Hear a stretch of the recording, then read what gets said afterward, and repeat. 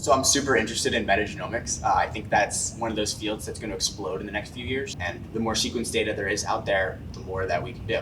And I think that putting myself in a position to be able to actually do a metagenomic analysis is quite rare for an undergrad. And I think it would further my career.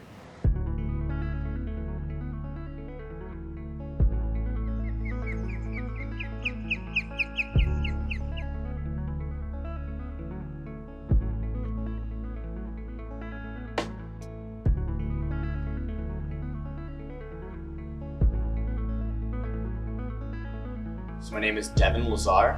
I'm a molecular biology with a minor in chemistry. I'm working on a metagenomic analysis of a hypoxic sinkhole located in the Gulf of Mexico. It's located off the coast of Aripeka, Florida, which is about an hour and a half north of Tampa.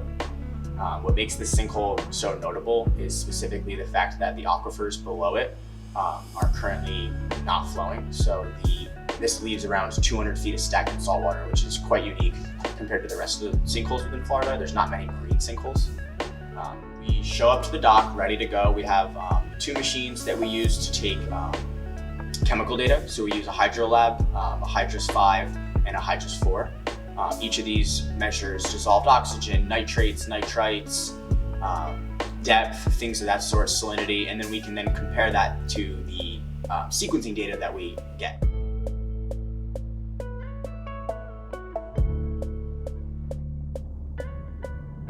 We are looking at the functional genes and how that then relates to the chemical composition of the water. So within this sinkhole, since it's stagnant, there's no mixing going on. So you have these chemokines that form, where at the top of it, it's very oxic because it's being oxygenated from the surface water nearby. But then as you get lower, you're going to run out of dissolved oxygen, and then that allows for microbes to live who don't use oxygen as their terminal electron acceptor. So without using oxygen, they have to utilize other things such as methane, sulfur, nitrogen, things of that sort. So we're looking at how those genes are distributed throughout this sinkhole and relating that then to the chemical composition.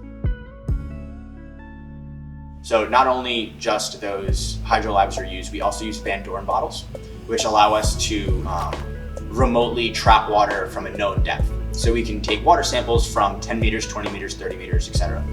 And from there, we can then bring those water samples back to the lab for more chemical tests and then for further sequencing.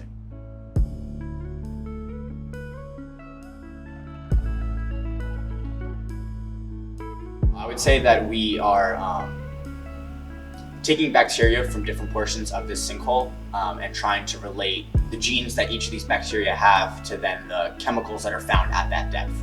And using that, you can make a very detailed map showing of where these chemicals are most common and where these genes are most common, and you can relate that then to other environments such as soil. Also within human gut biomes is a very common use of metagenomics. So we are able to link the microbiota within a gut of a mammal to then effects that it has later. So you can look at, there's publications that are linking depression and things of that sort to then the gut biome and how those microbes are interacting, because they're very complex interactions. And I think that metagenomics is the way that we're going to do that.